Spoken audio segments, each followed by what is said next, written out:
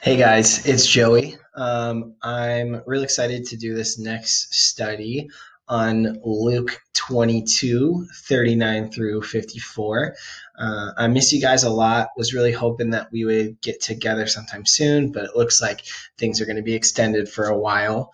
One thing I do want to do, I talked to a couple of you already and got some suggestions, but what I would love is if you guys could actually comment below shows that you want me to watch. We have all this time, and so I want to see the type of stuff you guys like. So if you like a show or there's something that you want me to learn about, anything like that, go ahead and put it in the comments or email me, and I'll gladly do that. That way we have something to talk about when we get back together. But for now, we're going to focus on part two of our Bible study series. Last week, we talked about Jesus serving his disciples by washing their feet. And today, we're going to talk about something out of the book of Luke of Jesus praying and what that looks like. So, go ahead and read Luke 22, verses 39 through 54 now. And go ahead and pause, and then we'll come right back. Great, welcome back. So, as you read, Jesus and his disciples, to give you kind of a timeline, it's right after the washing of the feet and the dinner. Judas had left to go essentially betray Jesus and let everyone know where he was so that he could be captured and essentially sold off information so that Jesus could be arrested. And so this is after the dinner, and the disciples and Jesus go up to what they refer to as the Mount of Olives. In that area, they cross over a river. It's actually called Gethsemane is another name for it, but they essentially go off to this area. And the reason I wanted to cover this before Easter was it's an account of two things with Jesus. It shows prayer and how important it is to him, and why it's important to us. And then it also talks about how he reacts when he's betrayed and how we can use that as an example. So let's dive into it. So the first thing, Jesus, it starts off and it says, he came out and went, and as was his custom, other versions in our interpretations say, as usual, Jesus went to this mount to pray. And so I think that that's something vital to us to know, is that Jesus spent a lot of time in prayer, and he saw it as something that was a crucial part of living, and often would retreat to nature or retreat off alone so that he could pray and spend time in prayer to build that relationship and to put his request forth to God. And even in Matthew 14 was another example of Jesus going up to pray. So it's something that he does often, and it's all throughout the gospel. Jesus removing himself so that he can pray and spend time. He uses it for recharge. He uses it to build a relationship. But it's something that he does often, and it was very crucial to his mission. And so I'm not surprised that right after he spent this time ministering to his disciples personally and breaking bread with them, that he would remove himself right before he was arrested to pray. And I think looking into how he prays is really important. He says specifically, Lord, he says, Father, if you're willing, please take this from me. I don't want to do this. It's a very human moment from Jesus, because he knows what's about to happen, and he knows how brutal being crucified is. And he says, if there's anything else we could do to satisfy, let's do that. Because obviously this is something that I don't want to do. But the second half of that plea is, he says, but nevertheless, it's not my will, let yours be done. And I think that that's a great example of our prayers. We can say things like, Lord, this is what I want, and this is what I'm hoping. But if that's not the case, if you choose differently, let your will be done. Help me to accept your will and to know what your plan is. And I think that that's a really great way for us to pray, is to present our wants and our needs, and our confessions to the Lord, and then specify, this is what I want, but whatever you end up doing is okay for me because I trust you. And then right after that, an angel from heaven comes and strengthens Jesus. I want to point out that the Lord doesn't take it from him. He doesn't say, "Oh, okay, you don't want to do this. That's fine. We're going to make this. We'll do something different. We'll make it easier." He doesn't answer the request specifically, but he does give an angel to strengthen Jesus. And so it wasn't an exact answer to prayer, but he said, "I'm having a weak moment." And so the Lord blessed him with strength. And that was really cool to me, and a big part of this.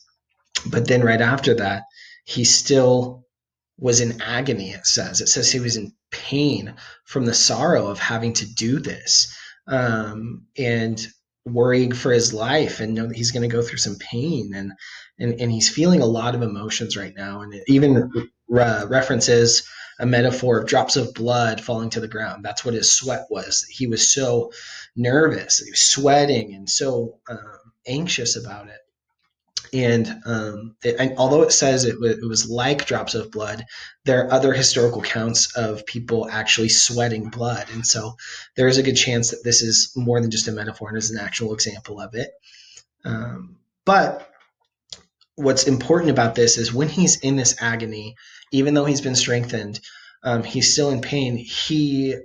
Jesus pushes further and prays more fervently and goes more honest in his prayer and continues in prayer. And I think that that's a great example for us. When we want something, even when we're in pain, just like Job, when he got everything stripped away from him, he pushed forward stronger. And that's one of the things that we can really take from this. Now, moving forward after the prayer, Jesus shows up and realizes that his disciples, after he finishes the prayer, comes over, and the disciples have been sleeping because they had been so emotionally and physically drained from the day's activities, and hearing all these big truths and tough truths from Jesus. And he stumbles upon his disciples sleeping. Now, last week, if you noticed, we went through John and used John's account, and I want to use John's account here, but he was asleep. He was one of the disciples sleeping. So that's why we went with Luke this week. Luke gives a really good in detail example of what happened. And so Jesus comes up, and then Judas shows up with people to arrest him. And this account of betrayal is really important because it shows us how we should act in accordance to people that betray us or treat us wrongly. Judas shows up, and he goes to kiss Jesus. It's a sign of friendship, and that's why Jesus draws attention to it. He says, Judas, why would you betray me with this kiss? Is that he's using his friendship with Jesus to betray Jesus. And Jesus essentially calls him out, and he says, why would you choose our friendship, and why would you throw this away to betray me for some silver and some money?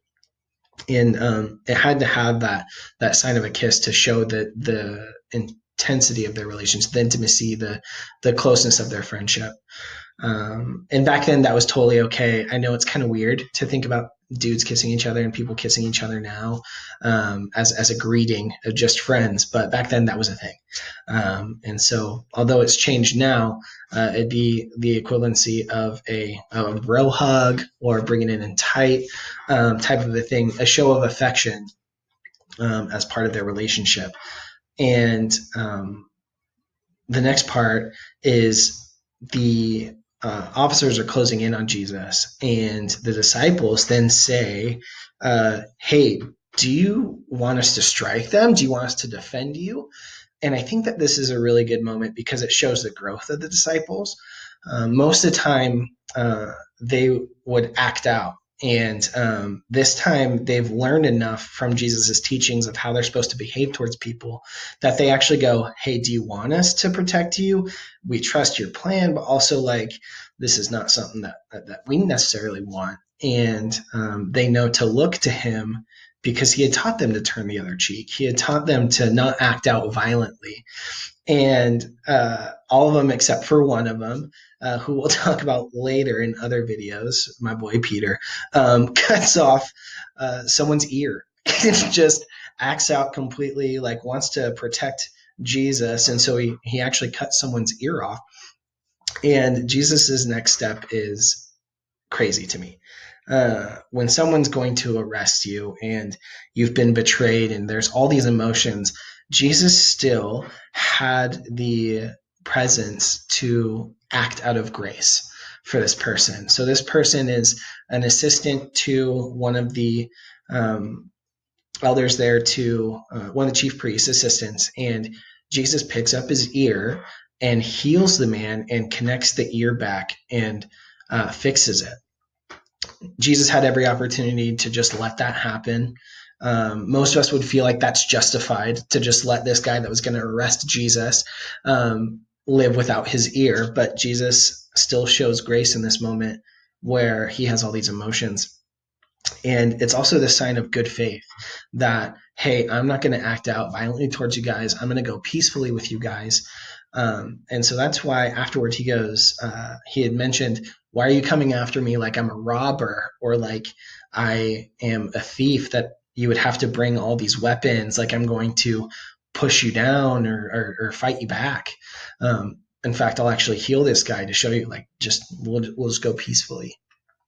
And all those things just show that even in the tough times, Jesus, who is human, was still able to act in these ways. And it really gives us a full look as to how we can behave and how we can act when we're pressed against the wall like that. But essentially, what we need to realize is that the prayer, having a good prayer life and spending time in prayer, withdrawing from other people and spending time alone with God, is very important to strengthen us moving forward. And that's exactly what Jesus did as he was getting ready to face this big time. So if you have any questions about this, you want to go deeper into it, feel free to contact me through the comments below or through email as well. And I would love to talk to you. Once again, I miss you guys a lot, and I hope that we can get together soon. Take it easy, and God bless.